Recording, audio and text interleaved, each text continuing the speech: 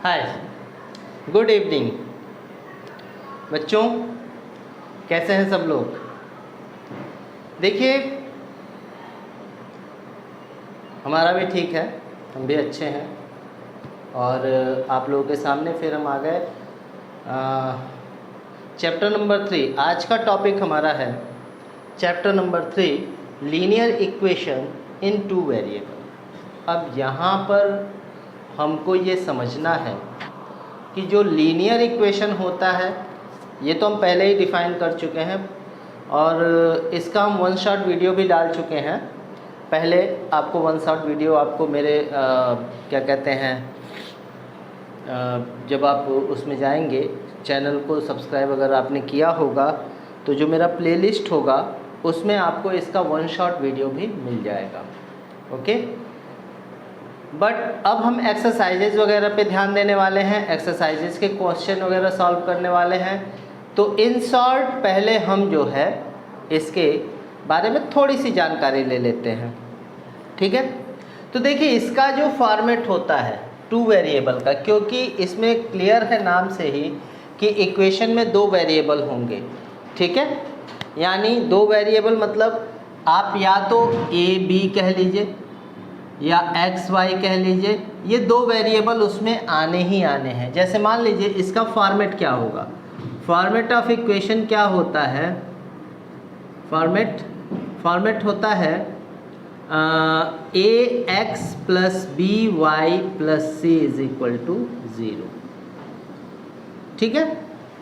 अब यहाँ पे ये ध्यान देना है कि फॉर्मेट जो है ये एक इक्वेशन के लिए होगा, लेकिन अगर आपको दो इक्वेशंस दिए गए होंगे तो आप इसको ऐसे एज इट इज़ आप ax1 plus B Y one plus C one is equal to 0, ax2 plus B Y two plus C two is equal to 0, या यहाँ पे आप ऐसा कर सकते हैं a1x a2x b1y b2y plus c1 c2, ऐसा आपका फॉर्मेट बन जाएगा।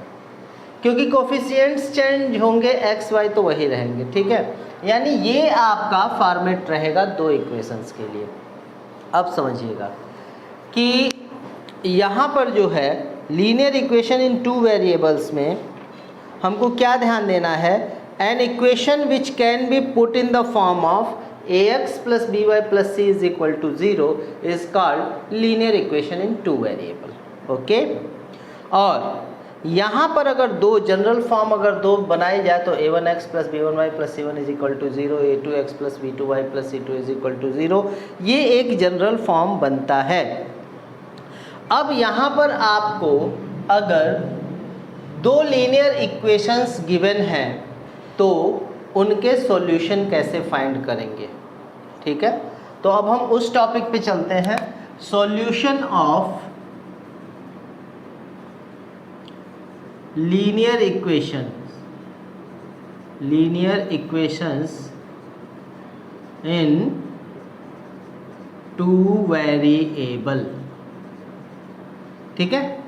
तो solution of linear equation in two variable कैसे करते हैं, तो देखिए, सॉल्यूशन तो आपको जो भी निकालना है उसके कई मेथड हैं। जैसे 3 मेथड हम जानते हैं, एक एलिमिनेशन है, एक सब्स्टिट्यूशन है और एक क्रॉस मल्टीप्लिकेशन मेथड है। लेकिन उससे पहले हमको ये कंडीशन ज़रूर समझनी है कि किस कंडीशन में इसके सॉल्यूशन मिलेंगे, है ना।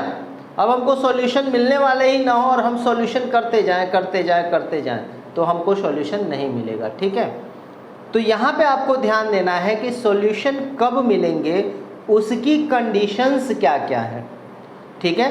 तो कंडीशंस ऑफ सॉल्यूशन क्या होगा for linear equation in two variable, उसको समझना है, ठीक है। तो अगर आपके पास दो इक्वेशन हैं, a1x plus b1y plus c1, a2x plus b2y plus c2 is equal to 0, ये दो इक्वेशन है, ठीक है। तो फर्स्ट कंडीशन आप समझिएगा, फर्स्ट कंडीशन क्या है, फर्स्ट कंडीशन इज कि a1 upon a2 is equal to b1 upon b2 is equal to c1 upon c2, ये तीनों को इक्वल कर लीजिए। अगर ये तीनों की वैल्यूज़ इक्वल आ रही हैं तो लाइन आपकी जो होगी यानी जो इक्वेशन होगा वो कोइंसिडेंट होगा, कोइंसिडेंट, ठीक है। और अगर A1/A2 is equal to B1/B2 हुआ बट C1/C2 के इक्वल नहीं है तो ये आपका पैरेलल लाइन होगा। अब ध्यान देना, ये पैरेलल लाइन होगा। तीसरा क्या होता है, A1/A2 is not equal to B1/B2, तो आपको C1/C2 को देखने की जरूरत नहीं है। ये इंटरसेक्टिंग लाइन होती है। कौन सी लाइन होती है, इंटरसेक्टिंग। अब आपके मन में ये प्रश्न आ रहा होगा कि सर सॉल्यूशन की आप बात कर रहे थे, आप तो एक कोइंसिडेंट और पैरेलल और इंटरसेक्टिंग बता रहे हो, इससे सॉल्यूशन पे क्या इफेक्ट पड़ेगा? तो पड़ेगा। सॉल्यूशन पे क्या इफेक्ट पड़ेगा? जो कोइंसिडेंस होता है या कोइंसिडेंट होता है उसके मेनी सॉल्यूशंस होते हैं, यानी इसको हम सॉल्व कर सकते हैं, इसके मेनी सॉल्यूशंस मिलेंगे, यानी एक दो नहीं मिलेंगे, बहुत सारे सॉल्यूशंस इसके मिल सकते हैं।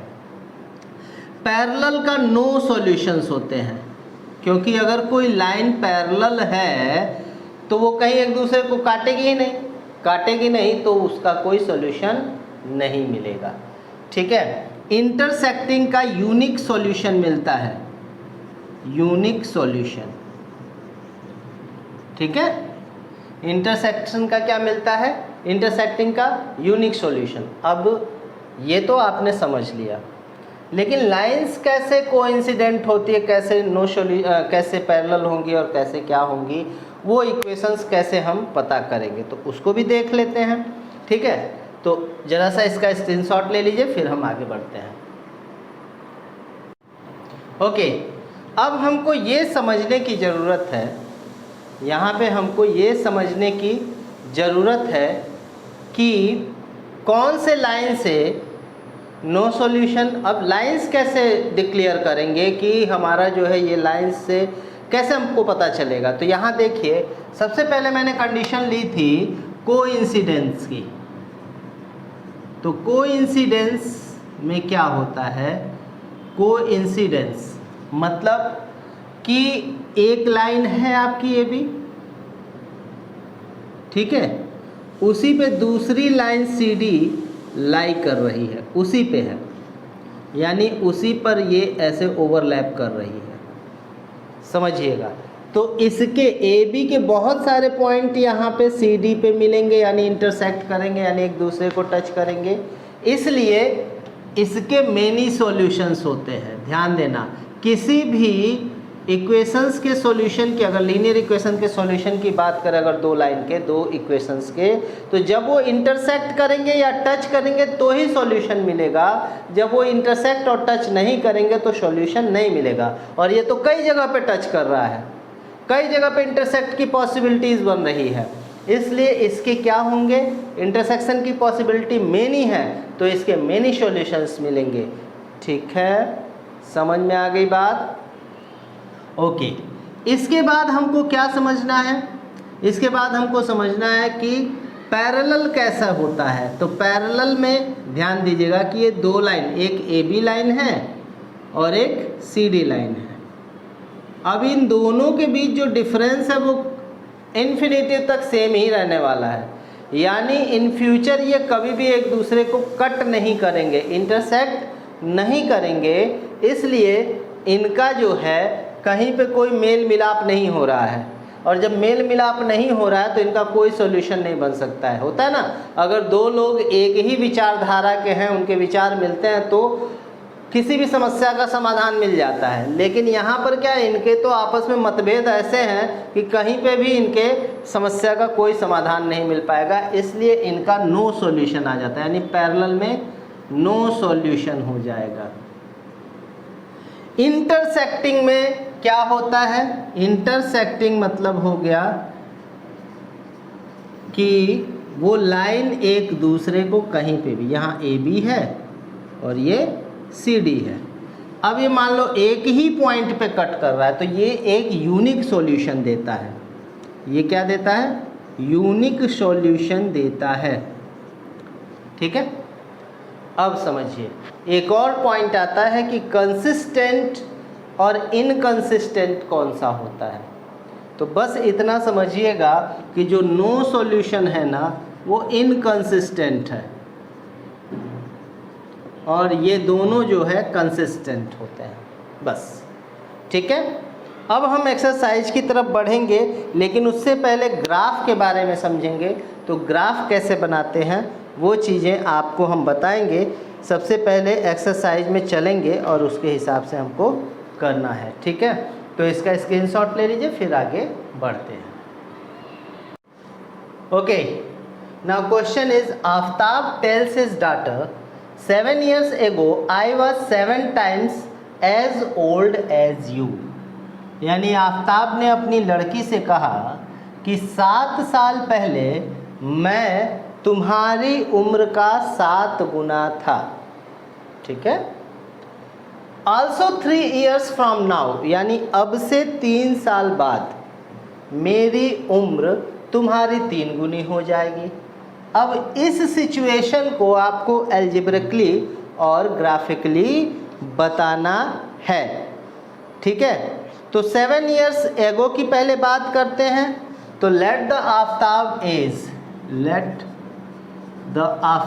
As be x and his daughter age is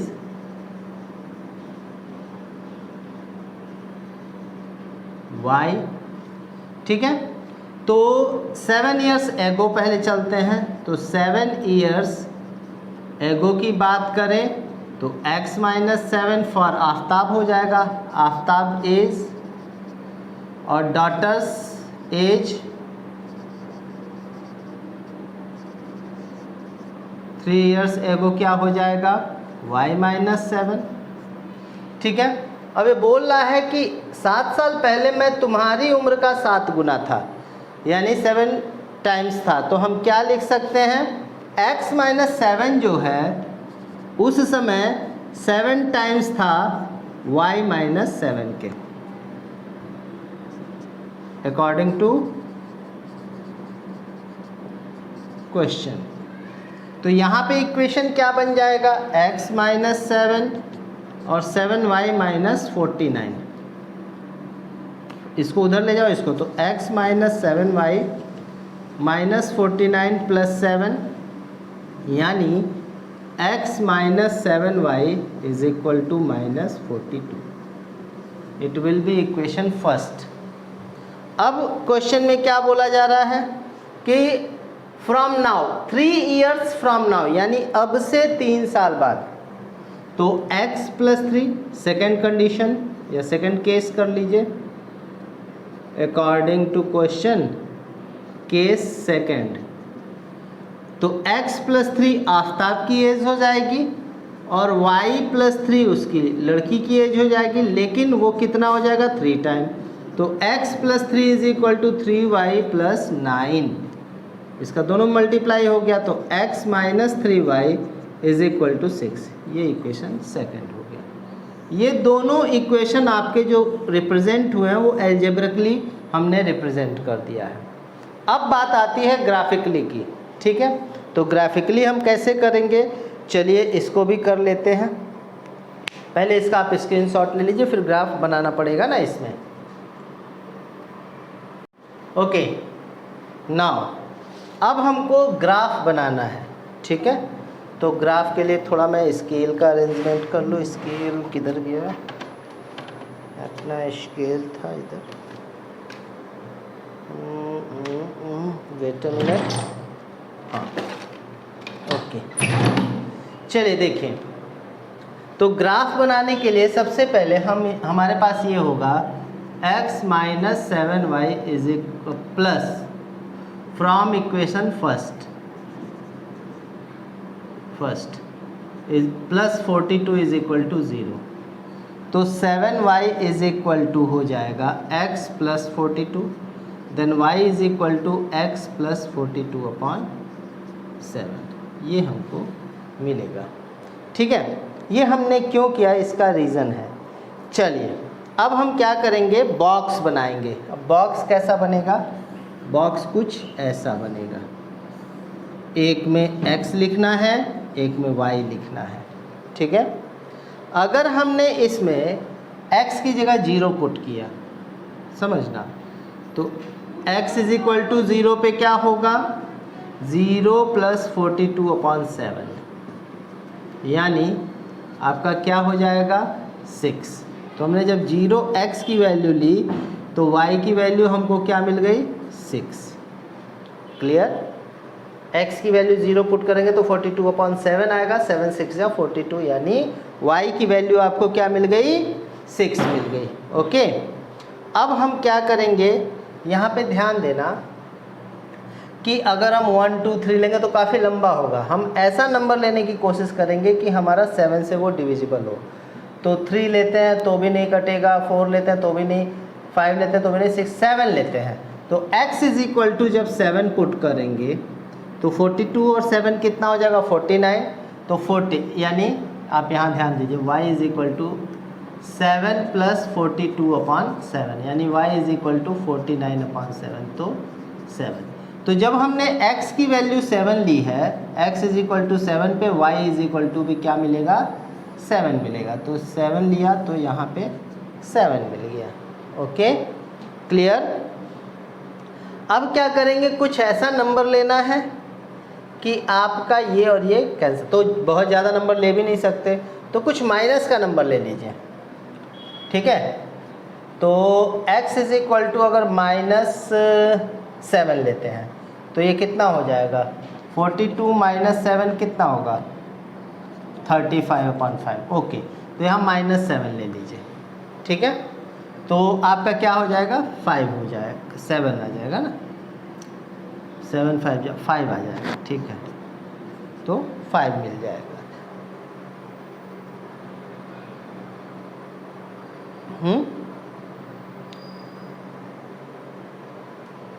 perhaps 35, x की वैल्यू 35 लेते हैं तो भी आ जाएगा।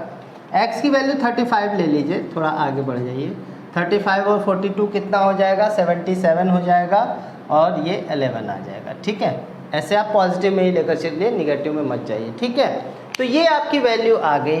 तो आपके पॉइंट्स क्या बनेंगे, यहाँ पे पॉइंट्स बन जाएंगे 0 6 7 7 और 35 और 11। ओके, इसके अलावा अब हम दूसरे इक्वेशंस की तरफ बढ़ेंगे, यानी हमारा दूसरा इक्वेशन क्या है, x माइनस, ये तो आपका पहले के लिए मिल गया, पहले लाइन के लिए। दूसरे लाइन के लिए क्या होगा, x minus 3y is equal to 6 है, तो ये हो जाएगा x minus 6 is equal to 3y, then y is equal to x minus 6/3।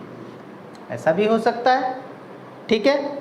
या फिर आप इसको ये भी कर सकते हैं। तो चलिए सबसे पहले 0 ले लेते हैं। तो यहाँ जब हम 0 लेंगे तो y इज इक्वल टू 0 लेने पर -6/3 यानी -2 आ जाएगा। तो हम यहाँ पे बॉक्स ऐसे बना लेते हैं। तो x बराबर 0 लिया तो y बराबर -2 मिला, ठीक है। अब x बराबर क्या लेंगे कि हमको कुछ मिले, ठीक है। तो x बराबर 6 ही ले लो, तो y बराबर 0 हो जाएगा। तो x बराबर 6 - 6/3 यानी 0। तो x बराबर हमने क्या लिया 6, तो y की वैल्यू 0 मिली। एक और वैल्यू कोई ले लेते हैं। तो चूँकि 6 से डिविजिबल होना चाहिए, तो 30 - 6 कितना होगा 24, हाँ। तो ये हो जाएगा 30 ले लीजिए। तो 30 - 6 कितना होगा 24। तो ये आपको क्या मिलेगा 8 मिलेगा, ठीक है। तो y इज इक्वल टू आपका 8 आ गया, ठीक है। अब चलिए आपके पास दोनों बॉक्स यानी पॉइंट्स क्या क्या हो जाएंगे 0 -2 6 0 और 30 और 8, दोनों के लिए आपको पॉइंट्स मिल गए, ठीक है। अब हमको ग्राफ खींचना है और ग्राफ खींच के पॉइंट्स बनाना है, क्लियर। तो इसका स्क्रीनशॉट लीजिए, फिर हम आगे बढ़ते हैं। ओके, नाउ सबसे पहले हमको देखना है इक्वेशन कौन सा लेते हैं, पहले हम पहला इक्वेशन लेते हैं। तो पहले इक्वेशन के ये पॉइंट्स हैं 0, 6, 7, 7, 35, 11 ये। तो 0 और 6 कहाँ पे आएगा, x की वैल्यू 0 और इसकी वैल्यू 6, ये 0, 6 हो जाएगा। 7, 7, 7 ये है और 7 ठीक उसके सामने हम रख लेंगे।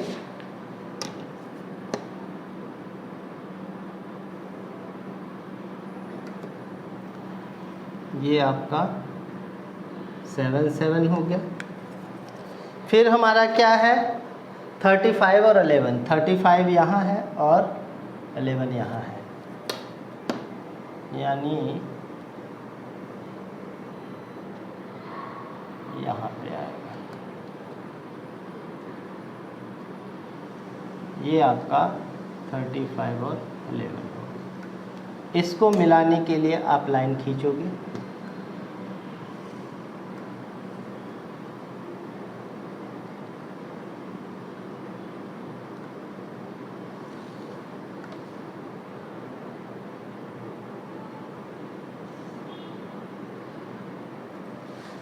ये आपका बनेगा।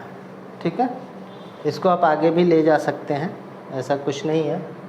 इसको आप आगे भी ऐसे बढ़ा दें, कोई फ़र्क नहीं पड़ता है। ठीक है, अब दूसरा आपके पास क्या है 0 और -2, तो y -2 ये -1 -2, तो 0 और -2 आपका यहाँ बनेगा, ये होगा 0 -2। 6 और 0 6 0 ये होगा, और 30 और 8, तो 30 आपका ये है और 8 यहाँ पे आ जाएगा, यहाँ पे थोड़ा सा। ठीक है, ये आपका पॉइंट बनेगा। ठीक है, यानी आप इसको कट करोगे, मतलब इसको मिलाओगे।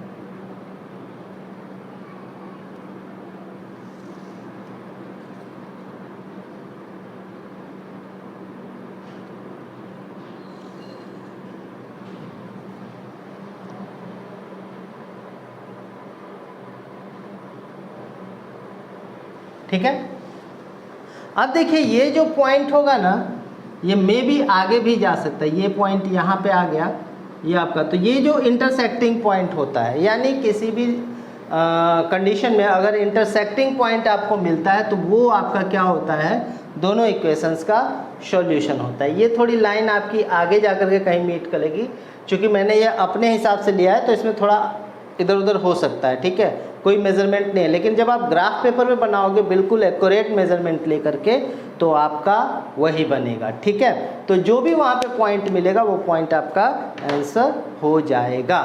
ठीक है, तो इस तरीके से आपका जो है वो बनेगा, यानी आंसर आपका मे बी 35 11 के आगे यानी 42, और उसकी 42 आएगी, और उसका कितना होगा, उसका होगा 12। ठीक है ना, 42 एंड 12 आएगा आंसर। ठीक है, तो ये आपका बन गया। ठीक है, इसका स्क्रीनशॉट ले लीजिए, फिर आगे बढ़ते हैं।